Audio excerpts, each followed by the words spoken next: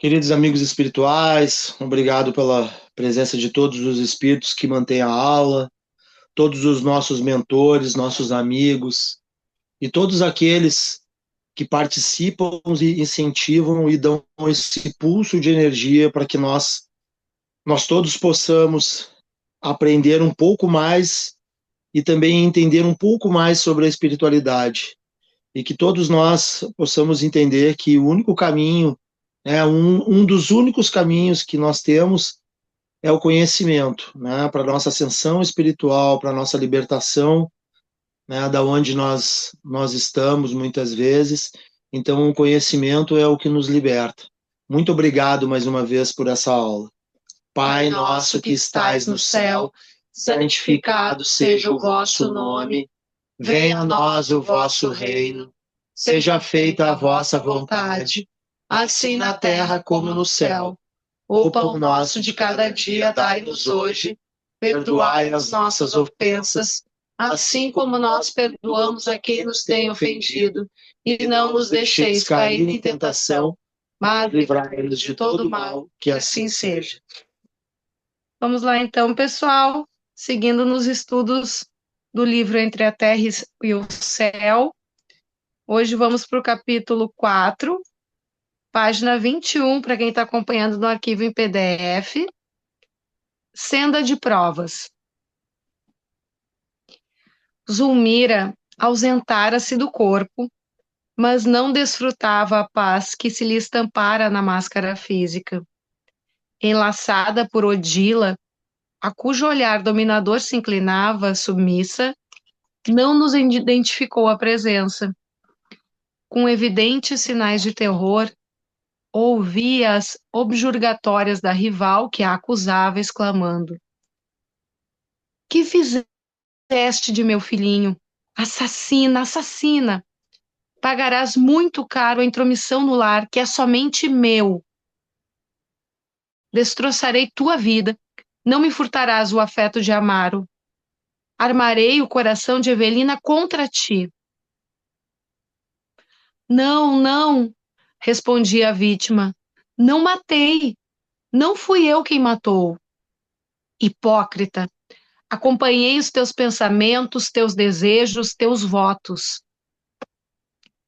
Zulmira desembaraçou-se de inopino dos braços que a envolviam e correu para fora, seguida pela outra. Esclarecendo-nos bondoso, Clarice observou. Quando a pobrezinha consegue sossegar o corpo, cai no pesadelo agitado. Acompanhemo-las. Dirigem-se à praia, onde ocorreu a morte do pequenino. Premida pelo assédio de nossa irmã desequilibrada, Zulmira ainda não se libertou das aflitivas reminiscências de que se vê possuída. Pusemo-nos na direção do mar, antecipando-as no trajeto. E enquanto nos afastávamos, a conversação fez-se ativa. Não posso compreender por que a infeliz se declarou inocente, comentou Hilário pensativo. Por que tamanha aprovação, se não é ela a autora do crime? Inquiri por minha vez. O ministro, porém, informou preciso. Segundo as anotações que já recolhemos da irmã Eulália, Zulmira não é propriamente autora, mas, com loucas ciumadas do marido, desejou ardentemente a morte da criança, chegando mesmo a favorecê-la. Para não repetirmos esclarecimentos aos quais já nos reportamos, faremos ligeiro retrospecto, tão minudenciado quanto possível, examinando o problema aflitivo do casal. Depois de breve pausa, prosseguiu. Amaro experimentava imensa devoção afetiva pelo filhinho. Quando Júlio adoecia, desvelava-se à cabeceira do Petis com ilimitada ternura. Sabendo-o, sem o carinho materno, e reconhecendo que a madrasta não primava pelo amor junto dos enterrados, passava a dormir ao lado do caçula, rodeando-o de mimos. Quando tornava a casa, cada dia, confiava-se a longas conversações com o filho, lendo-lhe histórias ou escutando-lhe atencioso as narrativas infantis. Assemelhavam-se a dois velhos amigos, a se bastarem um ao outro. Zulmira, em razão disso, ralada de despeito, passou a ver no menino um adversário de sua felicidade doméstica. A dedicação de Evelina para com o genitor não lhe doía tanto.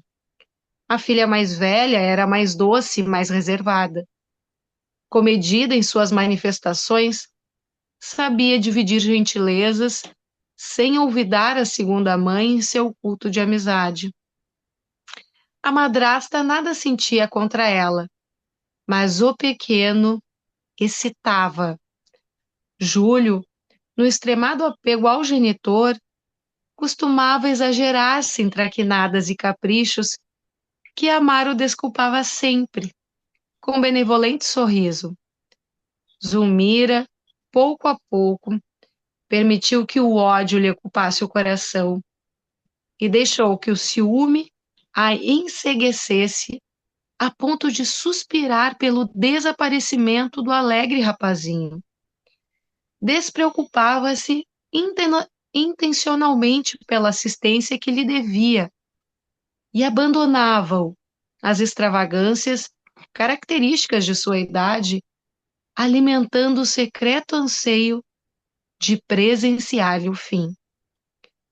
Chegava mesmo a estimular-lhe indébitas incursões na via pública, admitindo que algum veículo podia fazer o que não tinha coragem de realizar com as próprias mãos. Foi nessa disposição de espírito que acompanhou a família ao banho matinal em clara manhã domingueira. Entregues ao contentamento da excursão, Amaro e a filhinha distanciaram-se, de algum modo, numa lancha pequena, enquanto Zulmira assumia a guarda do garoto. Foi então que o cérebro da moça deixou nascer escuras divagações. Não seria aquele o momento azado para consumar o velho propósito? E se relegasse o menino a si mesmo? De certo, Júlio, em sua curiosidade infantil, não resistiria à atração para o seio das águas. Ninguém poderia culpá-la. Passou do projeto à ação e de pronto se afastou. Em se vendo a sós, o caçula de Amaro interessou-se mais vivamente pelas conchas multicores a se multiplicarem na areia, perseguindo-as, encantado, pelo mar adentro, até que uma onda veloz lhe chicoteou o corpo tenro, obrigando-o a mergulhar. A criança gritou, pedindo-lhe amparo. Poderia ter retrocedido alguns passos, salvando-a, mas, vencida pelos sinistros pensamentos que lhe dominavam a cabeça, esperou que o mar concluísse o horrível trabalho que não tivera coragem de executar. Quando notou que o enteado havia desaparecido, começou a clamar por socorro, de alma repentinamente dobrada pelo remorso. Mas era tarde.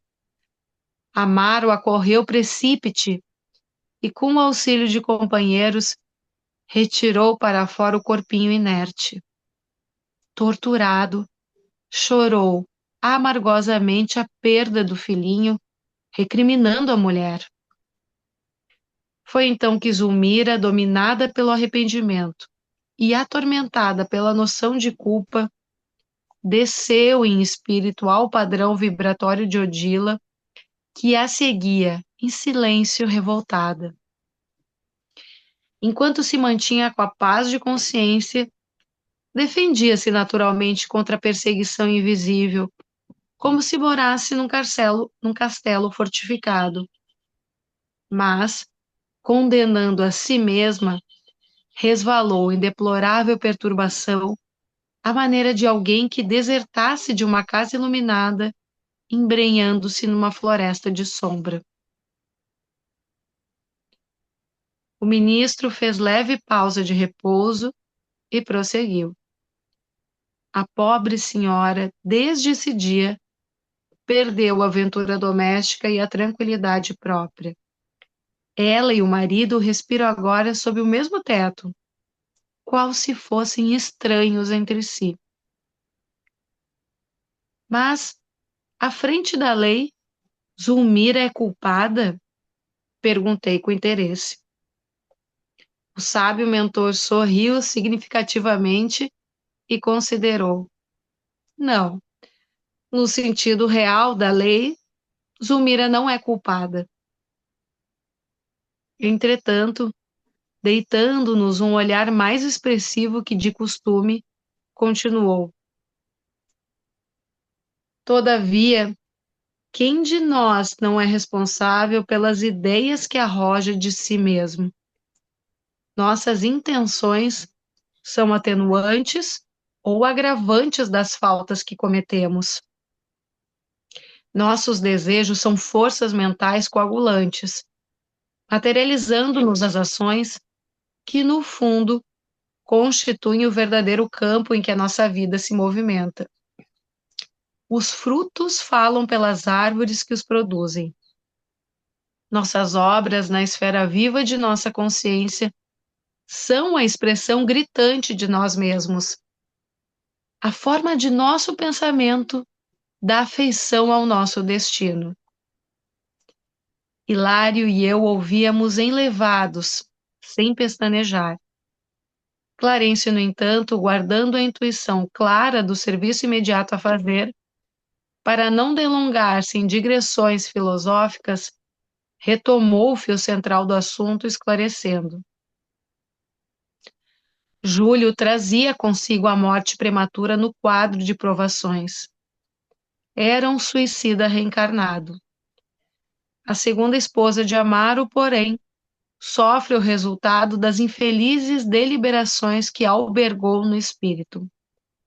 Padece o retorno das vibrações envenenadas que arremessou na direção do menino. Pelo ciúme, criou ao redor de si mesma um ambiente pestilencial em que seus próprios pensamentos malignos conseguiram prosperar, assim como um fruto apodrecido desenvolve em si mesmo os vermes que o devoram.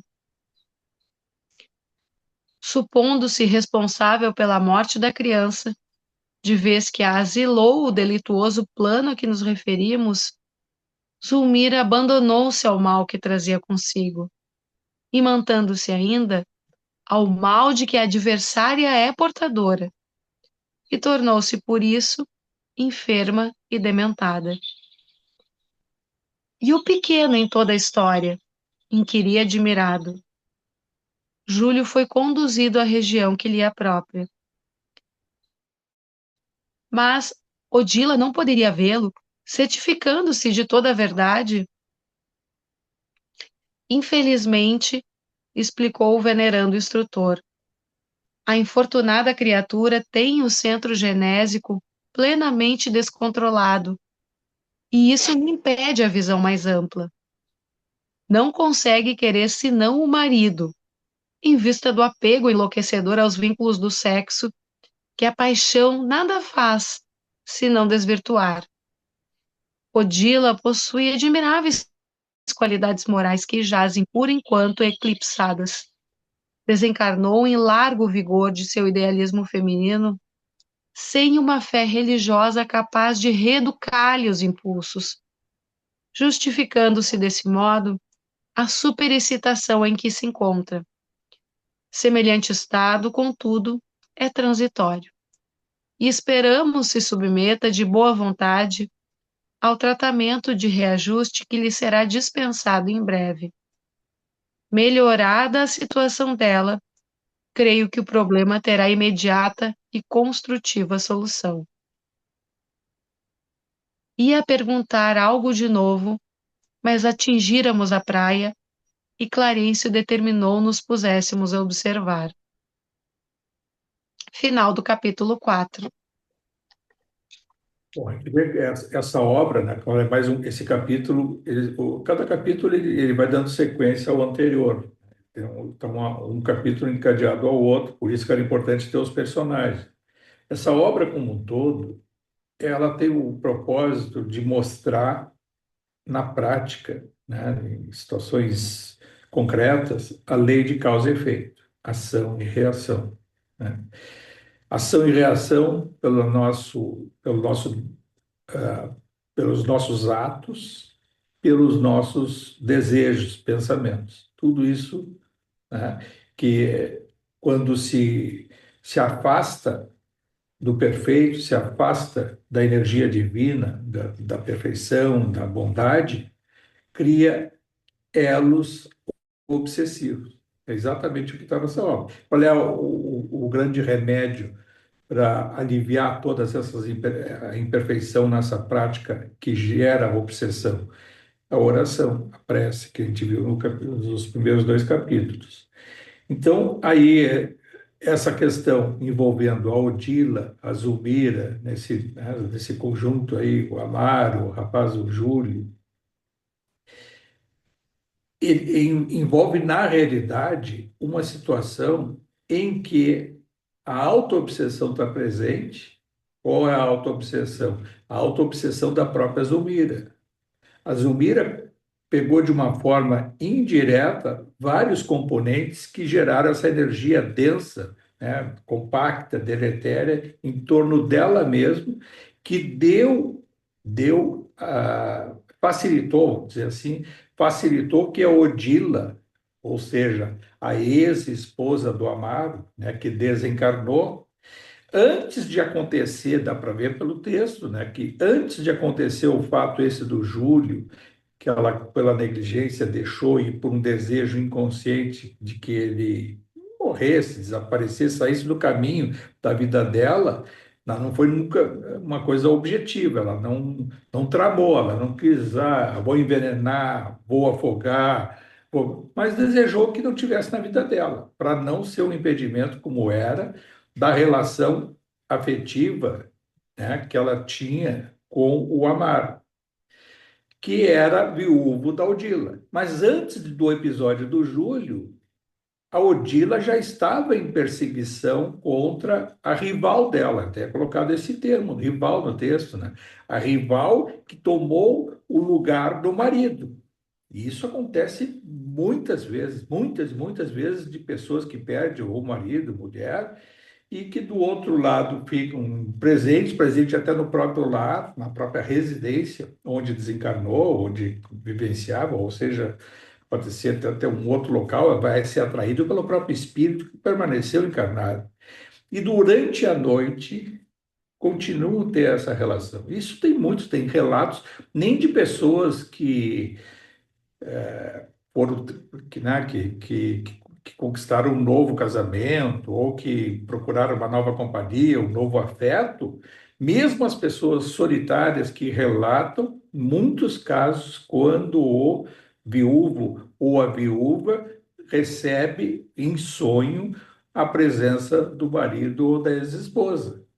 E que até tem, como neste caso aí, a gente falou semana passada, mantém até relações sexuais. E mesmo se a relação sexual já tivesse sido substituída no mundo dos encarnados por outro, como também é esse caso aí, a Zulmira, dá para ficar agora, nesse capítulo, fica mais claro ainda de que a Zulmira, quando estava com o Amaro, quem tomava a frente era Odila, que tinha, como está também expresso ali, um distanciamento da fé religiosa e tal, e era uma mulher com voracidade sexual, tanto é que a energia dela, genésica, está no texto, que é a energia Kundalini, né, é um dos centros de força que nós temos, o seu centro básico do espírito, principalmente quando está encarnado, ele interage com as energias emanadas do prazer e do desejo sexual, mais ainda quando é desenfreado, quando é desregrado. E ela fica também claro que ela, quando encarnada, já tinha esse propósito desenfreado do sexo e manteve, continuou dessa forma e tendo como adversária, né, como concorrente, essa própria Zulmira. A Zulmira, por que ficou para ela muito mais aguda essa obsessão? Porque juntou o desejo dela de se ver livre dos filhos, e no caso é o Júlio, né, que foi o que desencarnou afogado. Ela tinha, quando morreu o Júlio, né, afogado, o pai do Júlio, o Amaro, culpou a Zubira, né, que ela foi negligente, e foi, fica bem claro que ela foi negligente, né, porque a gente vê assim, ali pelo texto, que foi num determinado domingo de manhã que foram todos à praia.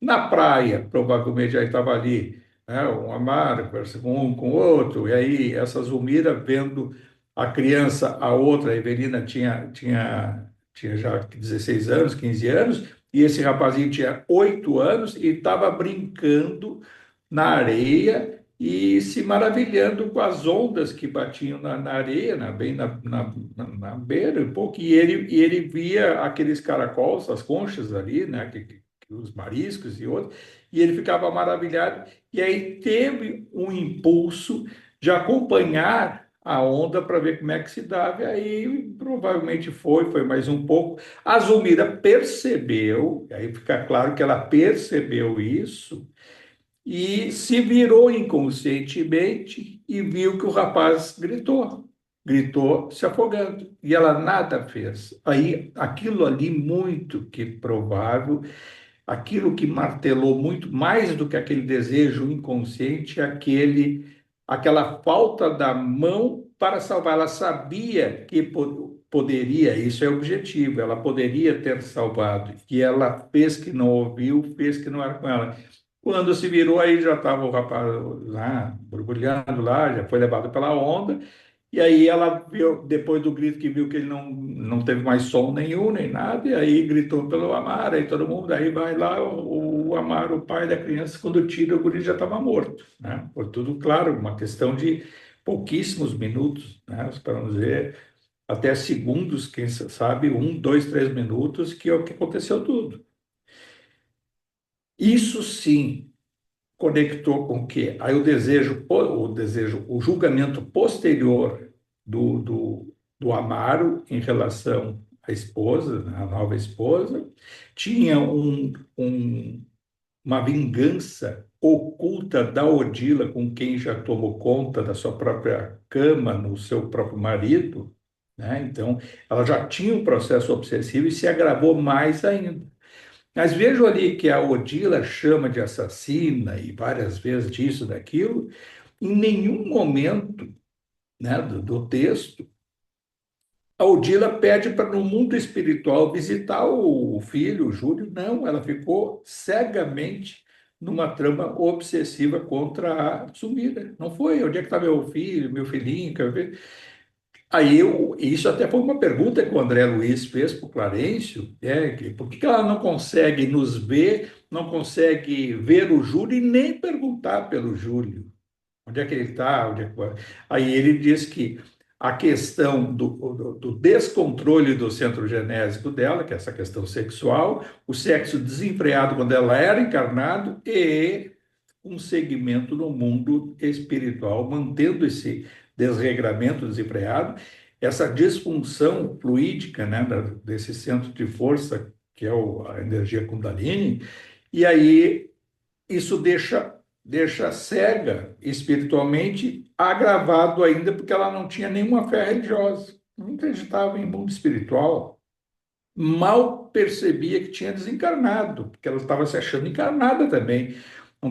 Quando a gente fala tantas vezes assim que a maioria dos espíritos do outro lado eles estão contra, ou estão dormindo, ou dormindo às vezes é mentalmente, não é o dormindo numa cama dormindo mentalmente, adormecido sem perceber. Ela estava interagindo achando que ainda era encarnada porque fazia todas as coisas, parcialmente, mas porque não ter consciência plena, porque o espírito, com o tempo, vai perdendo a consciência de si próprio e vai interagindo no mundo espiritual sem perceber. Por exemplo, ela estava fixada no filho que foi assassinado, mas e onde é que está meu filho? Nem se ocupou mentalmente com esse propósito, por várias razões. Esse desregramento fluídico dela, né, com a obsessão, com a ideia fixa de se vingar da assassina, então assassina, assassina, matou meu filho, mas onde é que está o filho? Nem perguntou. E vejam que aí, quando se fala assim, a obsessão, lei de causa e efeito, né, esse propósito do livro, vê que os espíritos, a gente estudou libertação, quantos daqueles que ficaram dezenas, centenas de anos lá embaixo, né, estão lá embaixo, né? E quem vai dizer que nós não estivemos lá embaixo dezenas ou centenas de anos, fixados numa ideia de vingança. A gente viu lá do Gregório e aí todos aqueles outros lá, o Saldanha e muitos outros lá, que o propósito maior era de se vingar. E passado anos e anos, dezenas de anos, sem se dar conta. E assim também está a Odila, que vai ser resgatada. Vai ter, mais adiante, a gente viu que um espírito chamado Clara, que vai se aproximar e que tem acesso à ficha kármica dela, e vai dar vai propiciar esse grande auxílio. É importante a gente colocar isso, o texto com a vida como um todo, para compreender melhor esses fatos, assim, porque o Júlio, esse o filho de 8 anos, pode dizer assim, então foi aí o desejo inconsciente da Zulmira que levou ao desencarne dele? Não. O que levou ao desencarne dele tinha um propósito kármico. A lei de causa e efeito estava chegando até o Júlio por razões individuais dele, do espírito Júlio, que havia sido suicida. E aí não dá para te levar isso à análise de dizer assim, então o suicida depois vai desencarnar disso. Não, está associado a outras situações, mas ele, por ser suicida e tinha determinadas situações que não fica claro por enquanto no texto, né? E ele reencarna e teria uma encarnação mais curta. Foi por afogamento, provavelmente até associado à causa do próprio suicídio. E a Zulmira foi o vetor para que aquilo se consumasse. Então, a lei de causa e efeito alcança as pessoas. Não, os fatos ocorrem.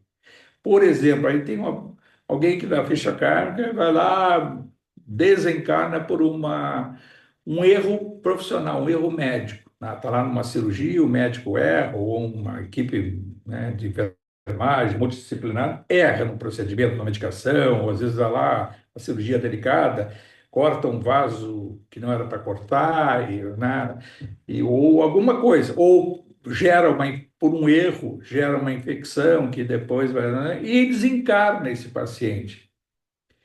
A lei de causa e efeito estava estabelecida para aquele ponto, para aquela pessoa. Agora, quem foi o agente que levou a coisa, ele também está se associando indiretamente, mas não necessariamente tem uma ligação direta com aquele caso. Então, vejo, claro que aí no caso do Júlio com a Zulmira, essa aí tem uma ligação, tanto é que o pai, o pai do Júlio né, é o novo marido, que é o marido da atual da Zulmira, né? Então, essa ligação existe dessa. Agora, existe ligação pretérita? Provavelmente sim, muito provável. Então, essa coisa é intrincada e fica assim bem melhor ou mais fácil quando a gente tenta trazer para os dias atuais. Eu tenho um caso concreto, me lembrei que eu estava vendo essa questão do Júlio e do inconscientemente e de ser depois acusado, porque tem um componente, esse Amaro, né, marido da Zulmira, que perde o seu filho querido, que dá para ver claramente que era aquela coisa, entre aspas, o preferido, que ele tinha muita afinidade com esse rapaz, e também não é de graça que ele perde o filho, entre aspas, perder, através desse acidente ou desse afogamento, que tem ligações dele com o seu próprio passado e com o próprio Júlio, e a situação de perda, né? Quantas situações que no passado ele viram que ele gostava de trabalhar com ferro, então trabalhar tinha lâminas, facas, né? Então, só as vítimas de passado se encontrando com a situação de perda, vítimas do passado, ou seja, né, ele como um homicida no passado que subtraiu a vida de outras crianças, outros pais que também sofreram a sua perda através dos seus atos, a lei de causa e efeito se encontrando. Ele objetivamente sabe, percebe? Não. A lei, nós que nós estamos hoje vivenciando as dificuldades que a gente chama de dificuldades, os nossos obstáculos, as nossas dores, os nossos dramas, objetivamente a gente nem deve saber, nem ficar furungando o passado, mas não perceber, olha, se está isso no meu caminho, tem um desafio. O que vai depender é o que a gente vai fazer diante da adversidade, né? A resignação, a compreensão, compreender, às vezes, o erro de alguém que é um instrumento para que determinado fato ocorra na nossa vida de compensação. E aí, qual é o remédio? O perdão. É difícil de perdoar diretamente quando logo se sabe, ou quando uma coisa que nos causa uma determinada angústia, uma determinada. Não conseguimos digerir, né, aquele erro contra nós ou contra alguém do nosso afeto. É difícil, claro, é difícil por quê? Porque somos imperfeitos. Porque nós não somos espíritos celestiais, nós estamos sublimados. Mas o caminho, né, indiscutivelmente, é pelo perdão. Se não houver perdão, pouco vai valer. Não tem caridade, não tem aproximação com o Evangelho de Jesus. Mas eu não consigo, dói muito. É fácil. Eu já ouvi até de médium, várias vezes eu contei, de um médium da casa, né, muitos anos atrás, olha, o perdão é fácil, eu acho muito bonito e tudo, e muitas coisas eu perdoei na vida, mas eu tenho uma questão comigo envolvendo o meu pai, isso um médium falando. Médium, eu digo assim, que estava trabalhando na casa, né, também tá procurando aí, né, como todos nós em algum momento, ou sei lá, nem vamos julgar, mas estava na casa. E esse médium disse: eu tenho um problema muito sério com meu pai e eu não há hipótese de eu pensar em perdoá-lo. Ele nunca me falou o fato, nem eu quis, né, avançar nessa área. Eu só fiquei impressionado, primeiro, claro, a sinceridade de dizer aquilo, não ficar guardando. Mas quando ele externou, não fico pensando, eu via a gravidade, o grau, né, de ofensa que ele recebeu diante do fato que ele se relembrava em relação ao pai, de nem pensar na hipótese do perdão, mesmo estando ali numa casa, ouvindo várias vezes coisas do Evangelho, disso, daquilo. Claro que siga um caminho, nem sei onde é que anda, nem, foi bem efêmero na casa. Assim, quando estava ali, eu só fiquei, única referência que eu fiz para ele: cuida do teu filtro, né? Que tu dá esse problema da passe aqui, mas cuidar desse teu filtro, com esse sentimento, tu canalizar isso. Pede ao menos aos teus amigos espirituais, pede a Deus, a Jesus, a referência que for, pede para aliviar um pouco esse teu sentimento. Pede que, se tu não tem compreensão hoje de trabalhar esse perdão diante de uma situação tão grave com teu pai, que não importa, é uma coisa tua, contigo mesmo, pede auxílio para que isso vai ter, porque só tem uma situação, não vai ser hoje, talvez nem amanhã, lá adiante. Esse perdão, ele vai ter que ser trabalhado e tu vai te sublimar diante dessa necessidade de se perdoar pela tua fraqueza, de não conseguir pensar no perdão, e um dia tu vai ter a condição de perdoar. Se não acontecer, é essa de ele se reaproximar de ti, o pai estava encarnado ainda, de se reaproximar de ti e tentar pedir perdão e tudo. Porque não tem, não existe salvação, não existe libertação da individualidade humana se não passa pelo processo do perdão. Nem todos os fatos nós estamos, estou falando dessa situação mais aguda, uma coisa que me chamou muita atenção, ficou marcado assim para mim, até porque eu estava no centro de ver, vejo que até não foi numa igreja, não foi um evangélico, não foi um ateu, não foi o isso, aquilo, um se dizendo espírita, estando ali dentro, e estava na corrente ali, às vezes, dando paz, né? Então, veja o quanto que o mundo espiritual tem que compensar uma série de coisas e nos levar a situações de compensação para a gente não prejudicar, às vezes, quem está recebendo essas energias. Eu tenho um outro caso em relação a essa da culpa inconsciente. Essa Zulmira foi muito o Amaro diante do fato que ele percebeu de que se ela tivesse maior zelo, né, ficar reparando a criança, não ficar olhando, olha como acontece muito hoje. Hoje não é rede social, todo mundo no celular, a gente vê te vê em várias situações, eu vejo assim, às vezes, lista em fila, de espera, ou isso, aquilo, seja onde for, as pessoas com o celular, a mãe com o celular, o pai, e a criança, às vezes, fazendo o que tem que fazer. Aí, às vezes, acontecem coisas e está a pessoa vidrada no celular. Eu tô dizendo, podia ser outra coisa, não celular, não digo assim, na vida moderna, isso que se vê muito por aí. E pessoas fixadas numa coisa pessoal e auto-obsessiva, porque não deixa de ser, né? Porque essas viciações que nós temos hoje de buscar a informação online e aquela coisa persistente, e muito mais através das redes sociais, do jeito que muita gente usa de forma bem equivocada. Nos leva a essa distração e o mundo que está do nosso lado deixa acontecer. Quantas pessoas, né?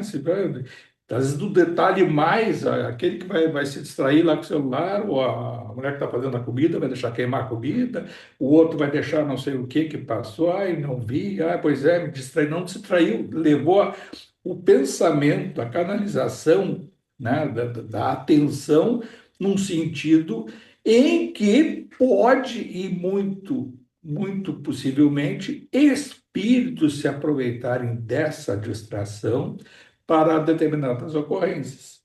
E a Zulmira foi, diante dessa negligência dela, que fica claro no texto que ela poderia, ela chegou a ouvir o socorro e não olhou para trás, foi questão tudo de segundos, né? Poucos segundos, um minuto, nem isso.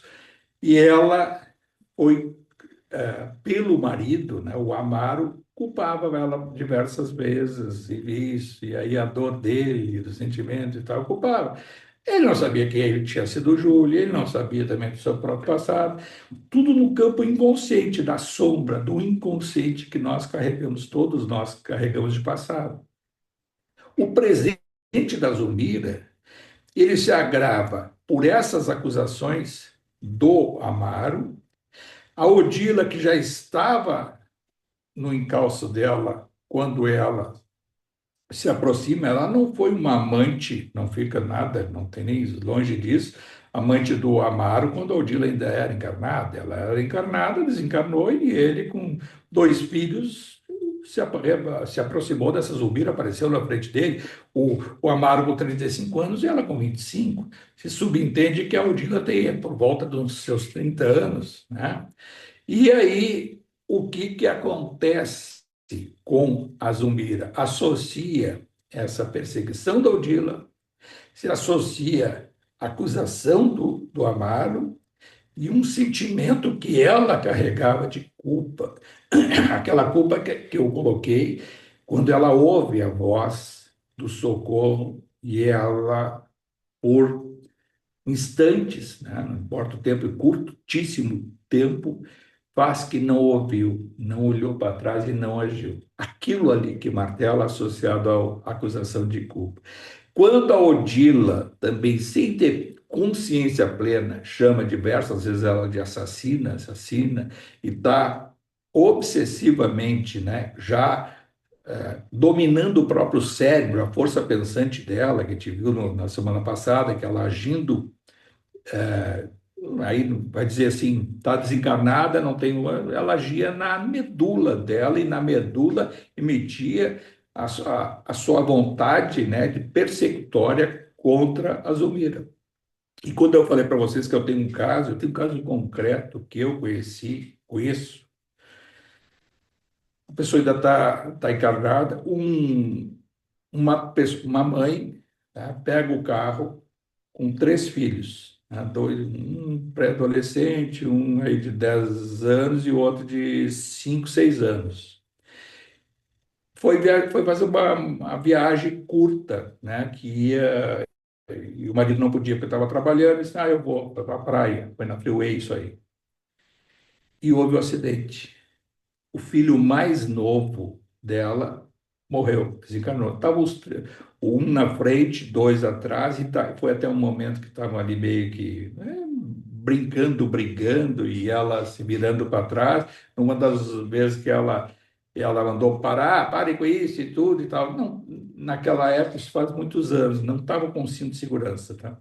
E ela perdeu o controle do carro, e o carro capotou. Nesse capotamento, ela se feriu bem, dois escoriações e o menor morreu, desencarnou.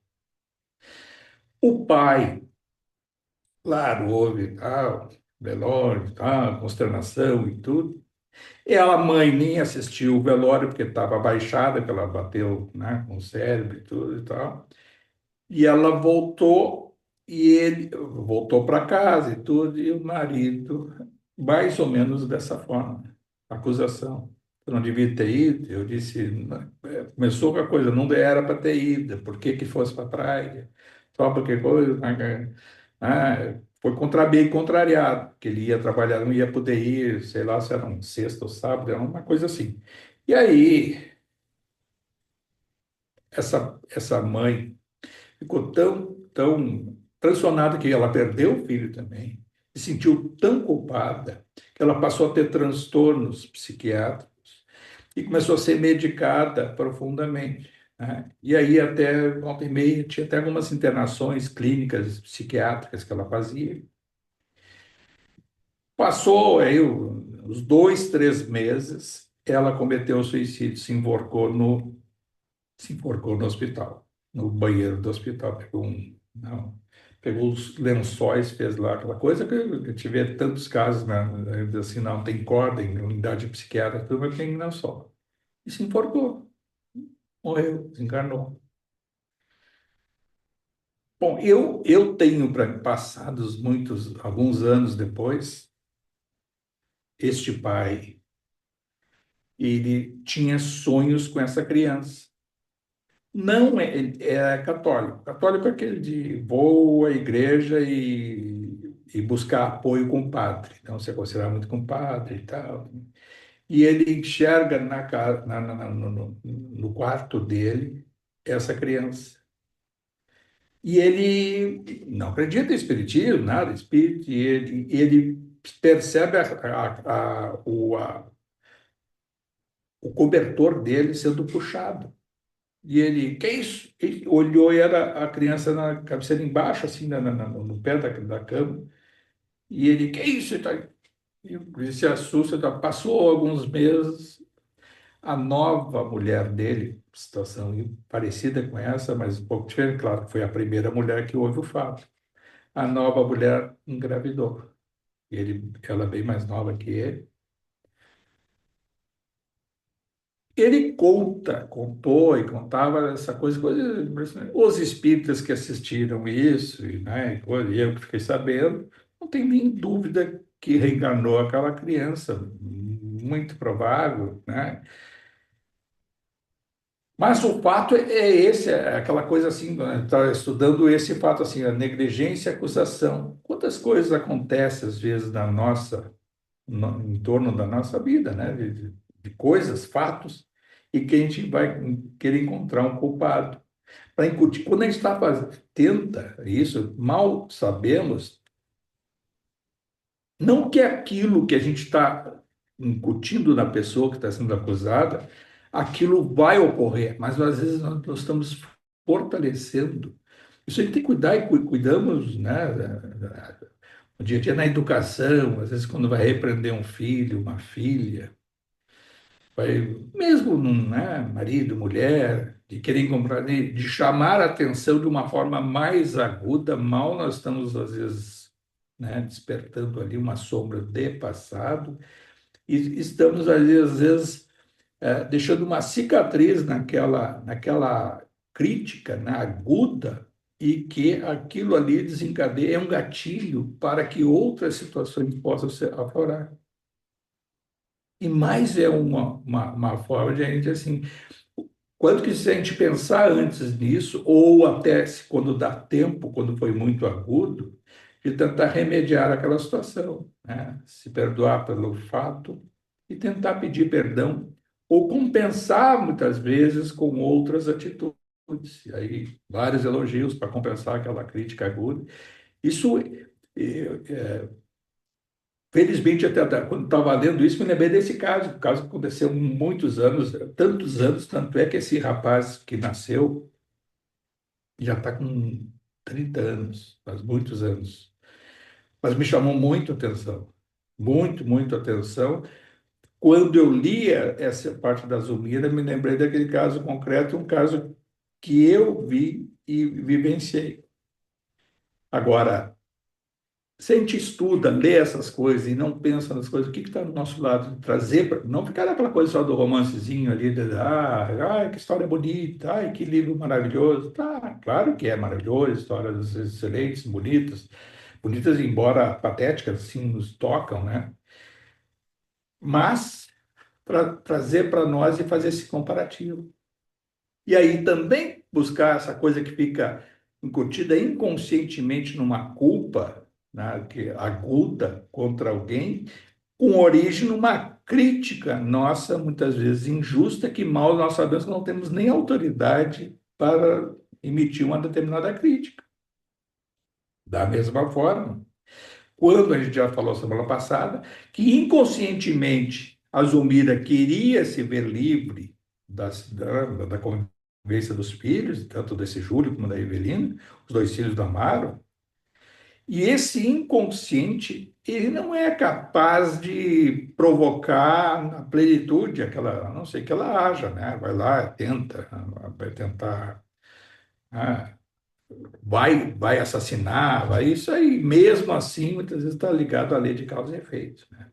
Porque as exceções, quando nós geramos uma ação para que tal situação ocorra, subtrair a vida de alguém, quando a nossa vítima, pretensa vítima, não está em curso na lei de causa e efeito, alguma coisa vai acontecer que a exceção vai ser não desencarnar, ou não isso, ou não aquilo. São as exceções que a gente vê, né? Vê diante de doenças, de conflitos, numa guerra, né? numa tragédia e tudo lá.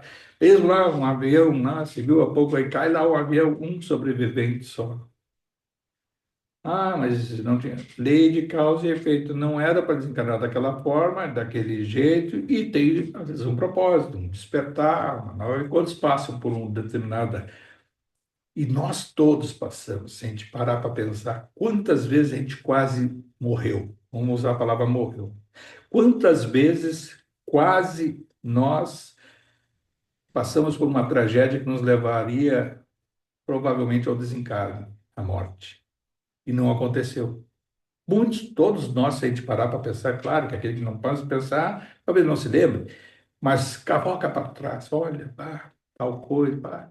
Pelo menos eu, particularmente, eu tenho quase dezenas de casos para contar, assim, de coisas que poderiam ter dado errado, e aí, mais, isso me reforça mais, assim, gratidão, de coisas que podiam ter, e era para ter dado errado, ou ter gerado né, uma perda na saúde, no sentido de acidente de carro. Me lembro, de ter quase acontecido tal coisa, negligência disso.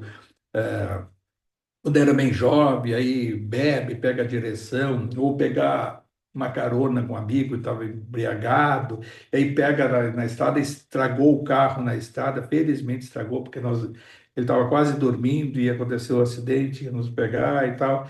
O outro, uma vez, caiu um poste na minha frente, assim, questão de 1 metro. Se eu tivesse um passo a mais, teria me dado na cabeça. Mas isso foi na Rua da Praia, no centro de Porto Alegre, num edifício, que eu gravei até um edifício que estava em obra. Caiu de lá uma enorme uma tora dessa de madeira na minha frente. Eu estava indo para o trabalho, tinha 16 anos. Naquela época, batia ponto, eu me lembro que tinha que ser, chegar até 8, 8 e 1 já era vermelho no cartão, quem se lembra do cartão ponto. E aí, o caminhando, se eu tivesse um passo a mais, essa tora caía na minha frente. E eu estava com pressa. E aí cai aquilo ali, eu olhei para trás, aí as pessoas falam, que absurdo, e eu continuei para não chegar atrasado, mas depois fiquei pensando, olha, há pouco me aconteceu isso, é uma coisa que marcou. Eu tinha 16 anos. E outras, né? Às vezes vai lá, né, em casa, eu tinha 8, 7, 8 anos, peguei uma faca e tinha um bico de luz, né, na churrasqueira lá sem garagem, ou na casa que eu era criança, e eu coloquei a faca ali dentro e tava ligado. E saiu um monte de estralos assim, e eu tinha subido numa mesa. Felizmente a mesa estava seca, seca, mesa de madeira, e essa corrente não passou para mim, aquele curto-circuito. E esse curto-circuito fez desligar a chave geral da minha casa. Naquela época eram os fusíveis também, quem se lembra da época? Eu tinha 8 anos, já faz lá 50 e tantos anos. Então, o fusível queimou, parou, desligou a chave geral da casa e o curto-circuito. E eu saí correndo com medo do que ia acontecer. Aquilo ali, depois eu pensei, pô, podia ter sido eletrocutado se tivesse simplesmente molhado aquela mesa que eu botei os pés sem chinelo, sem nada, pé no chão. Tinha 5 anos, 6 anos. E assim outras, e outras, né? Todos nós, se a gente parar para pensar, quase alguma coisa aconteceu na nossa vida e não foi porque não estava inserido naquele momento na ficha kármica. Assim como alguns, quando está na ficha kármica de uma ruptura, num desencarne abrupto, violento, a lei de causa e efeito, eu conheço um caso também concreto de uma pessoa em que, aí foi, claro que aí foi lá na outra casa, ainda está no João Pedro, foi atendido o caso, e ele desencarnou por um acidente de trânsito, né? E ele havia bebido na janta e estava sem dormir, estava mal dormido já do dia anterior e tudo, aí foi, estava aquela coisa, trabalhando, e foi para cá, foi para lá, e saiu tarde desse local que jantou, tomou vinho no local que jantou, e no caminho teve um lapso de dormir, dormiu, ele estava cansado, dormiu. E recém tinham começado os carros, esses automáticos, naquela época até botava o coisa e a velocidade ficava constante. E ele teve aí bateu no poste, coisa, e exatamente na região aqui do crânio superior, uma perfuração que levou ao desencarne imediato na hora. Veio, o que quer, tal, foi, bebeu, foi, claro, conjunção de fatos. Mas, no atendimento, me lembro na época, no atendimento, e aí foi lá, era o doutor Ivan Hervé e tudo, uma equipe lá, e que karmicamente já estava inserido, ia ser um desencarne breve, quer dizer, numa idade não avançada, e que ia ser de forma violenta, por razões que aí apareceram, não importa os fatos, mas aquela conjunção de fatos, foi o equívoco, não dá, tá, a junção pode ter sido antecipada, 1 ano, 2, 3, mas seria de uma forma abrupta e com uma tragédia dessa.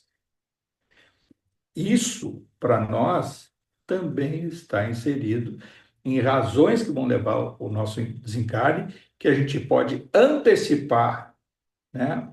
Mas provavelmente esteja estabelecido que vai ser de tal forma. E nós temos a condição, felizmente, por isso que a lei de causa e efeito, nós temos a condição de adiar o processo do desencarne, a moratória que se chama. Nós já até estudamos e vimos, o próprio Chico Xavier teve moratória, quase desencarnou lá 2 vezes, né? Problemas cardíacos e tal, com 70 e tantos anos, depois foi 80 e tanto, aquela que deu aquela luz que aparece no quarto dele, que ele vê, né? Aí teve uma moratória que foi um processo que ele estava aguardando dentro, que até estava ocorrendo dentro da doutrina espírita, dentro do movimento espírita, também questões lá particulares com a Federação Espírita e outras, e aí o Emmanuel, o mundo espiritual, né, estava orientando que era necessário uma moratória de uma preparação, porque as trevas, né, o mundo espiritual inferior, adversários da doutrina, adversários do evangelho, estavam tentando criar uma situação de substituição e de alteração de uma série de ditames da própria doutrina, que aí, de uma forma ou de outra, dizem que a tentativa foi feita e até é feita, tanto é que aí não importa, né? Não vamos fazer esse julgamento, porque isso aí já envolve relatos de médiuns e do próprio Chico, mas se sabe que ele teve moratória. Tanto é que aí ele desencarna com 92 anos. Essa última moratória teria sido por volta de 87 anos, 88 anos. E que até ele disse: Eu quero morrer, eu que gostaria de desencarnar num dia de festa. E morreu no dia que o Brasil foi pentacampeão, adormeceu. Pouso Alencar, já estava o dia antes, já meio bem fora e tal. E aí a notícia foi, final da manhã, Brasil é pentacampeão, né? Foi aquele dia pelas 4 horas da tarde que ele se enganou. Aí dizia, são situações, claro, o Chico Xavier, vou dizer assim, não adianta, sabendo que a gente sabe do que foi o espírito de Chico Xavier, e a gente percebe todas essas coisas, o quanto que, para ele, né, todas essas situações não pode, que tem tanta passagem do Chico Xavier, que agora estava lendo, eu digo para vocês que eu leio ali esse do Dimas, que é da passagem de Maria de Nazaré, Jesus, a multiplicação dos peixes, dos pães, no que aconteceu. A gente falou de apote, endopote, e tem uma que até é relatado ali, né, o próprio Dimas conta, há um espírito que é do médium Chico Xavier que esteve entre vocês, e ele realizou, e poucos assistiram, mas quando ele estava num determinado local, na casa dele, acabou recebendo uma série de pessoas em visita, pessoas pobres que estavam ali na casa dele, e ele estava constrangido que ele queria dar alguma coisa, um café para esse pessoal, uma coisa a mais, e ele tinha umas roscas ali de biscoito, e não dava para todo mundo. E aí o rapaz ali que estava com ele, ele disse, Chico, o que que a gente faz? Mostra isso aqui? Não, não, vamos tentar cortar, deixa que eu corto. E ele estava cortando as roscas, feitas em padaria, sei lá como é que era, e aí não estava ninguém ali olhando e tal. E aí essa pessoa que viu e disse, daqui um pouquinho, quando eu vejo, tem um prato cheio de roscas e coisas, e foi distribuído para todo mundo, e algumas até sobraram. Isso o Dimas, no mundo espiritual da luz, contando que não é espíritos crísticos têm essa capacidade, já vimos ali, né?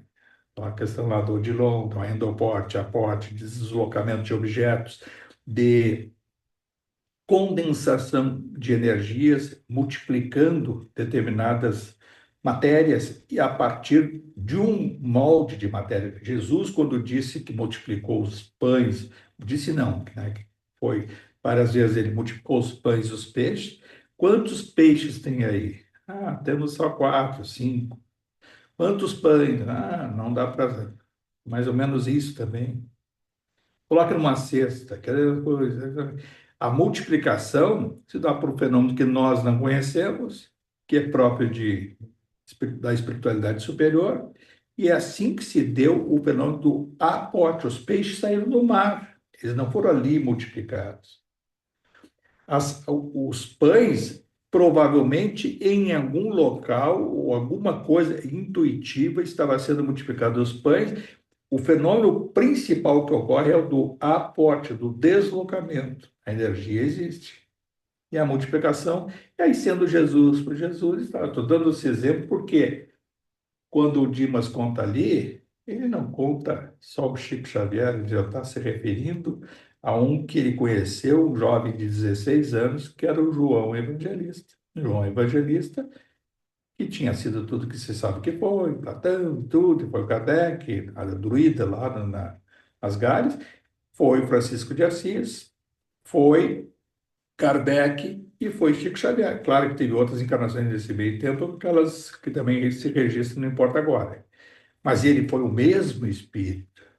Esse mesmo espírito que assistiu e vivenciou tudo com Jesus, e não é de graça. E lendo essas obras, a gente vê assim, por que que Jesus dizia que tanto João Batista, seu primo, dos filhos de mulher, o mais elevado? E por que que quando ele na cruz, e mesmo quando se referia a João Evangelista, não é o João Batista, é o João Evangelista, o discípulo amado, com 16 anos, ele com 33.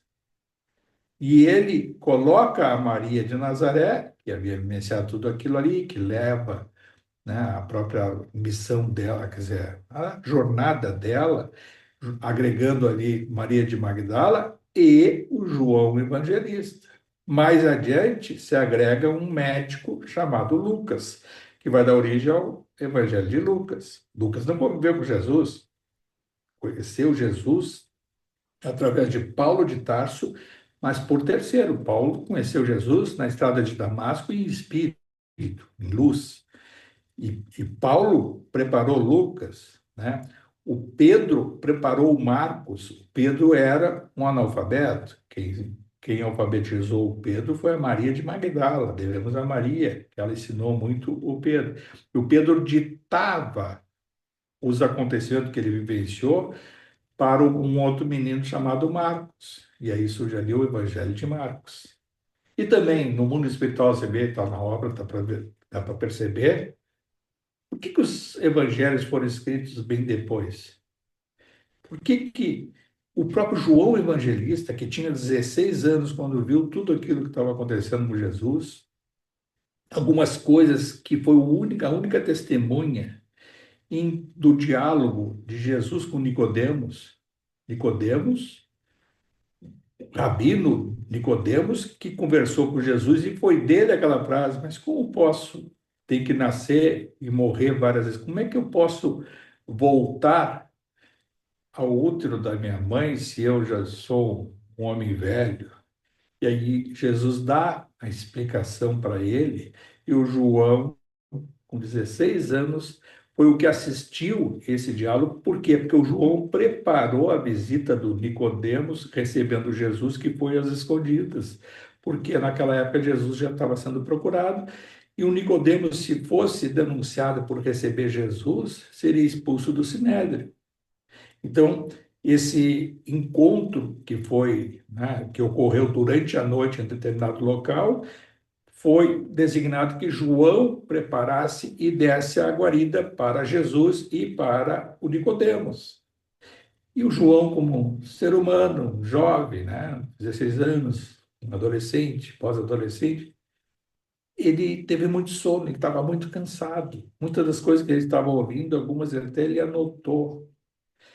E aí, a explicação que Jesus deu da volta e que o espírito volta pela reencarnação, que chamava na época de transmigração, e que quando voltava, como ele voltou, se chamava de ressurreição. A palavra reencarnação não existia, mas a transmigração existia.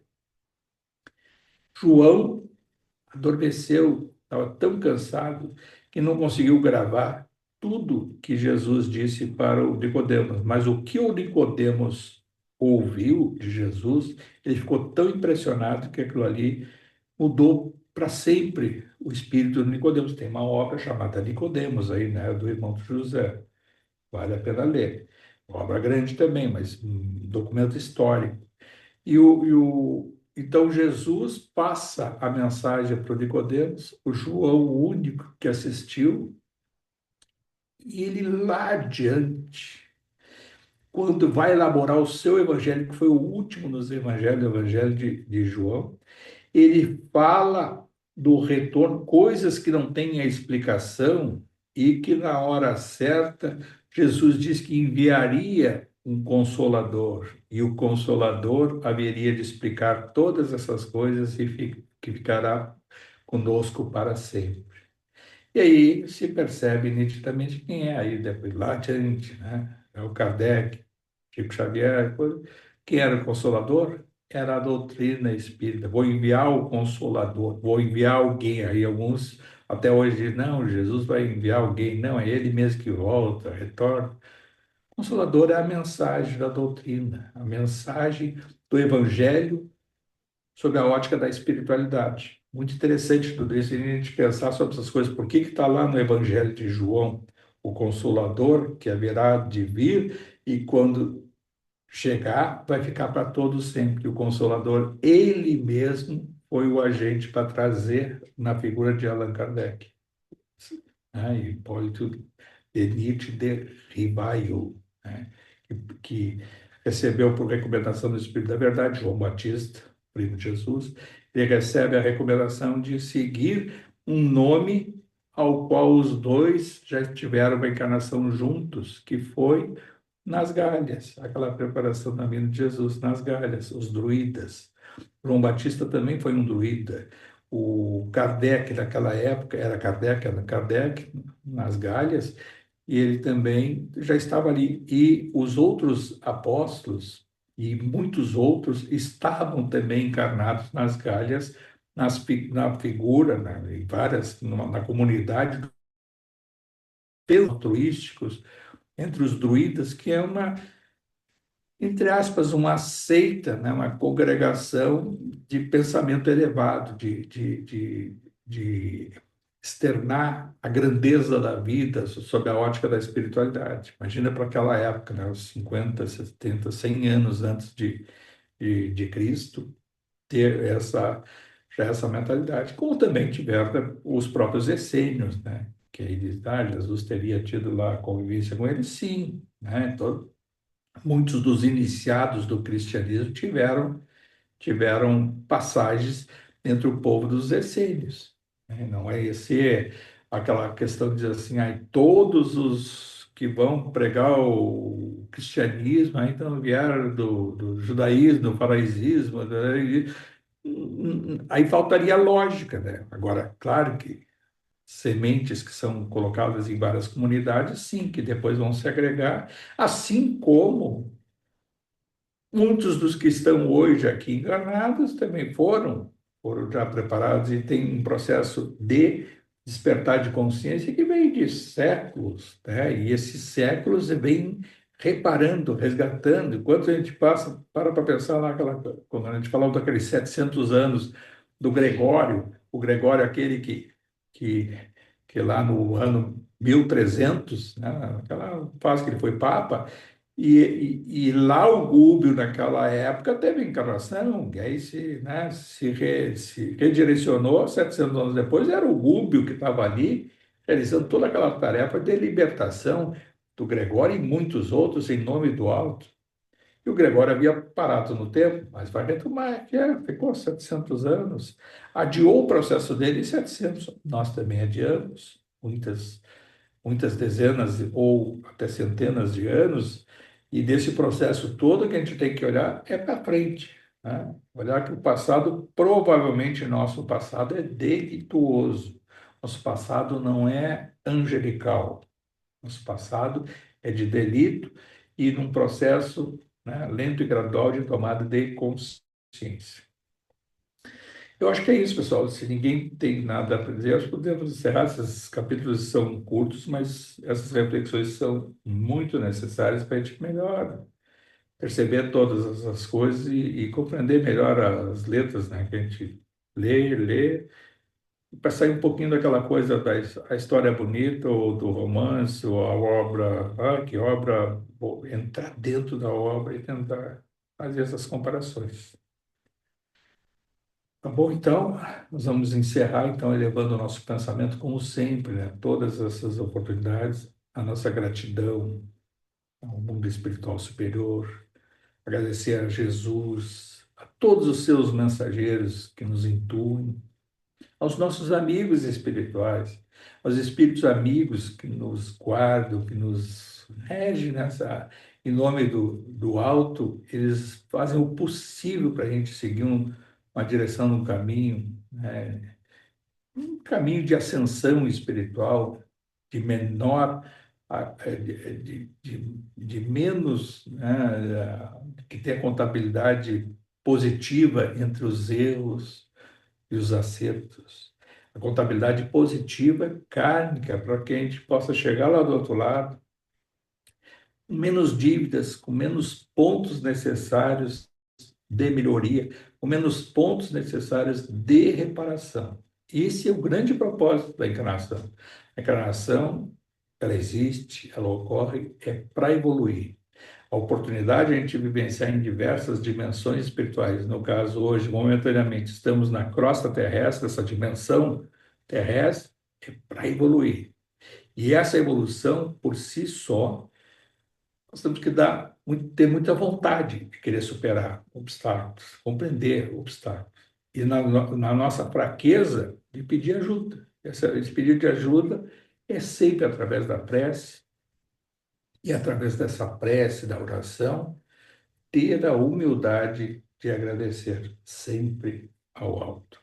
Pai nosso que está no céu, santificado seja o vosso nome. Venha a nós o vosso reino, e seja feita a vossa vontade, assim na terra como no céu. O pão nosso de cada dia que nos dai hoje. Perdoai as nossas ofensas, assim como nós perdoamos a quem nos tem ofendido. E não nos deixeis cair em tentação, e livrai-me de todo mal, Senhor. E que assim seja.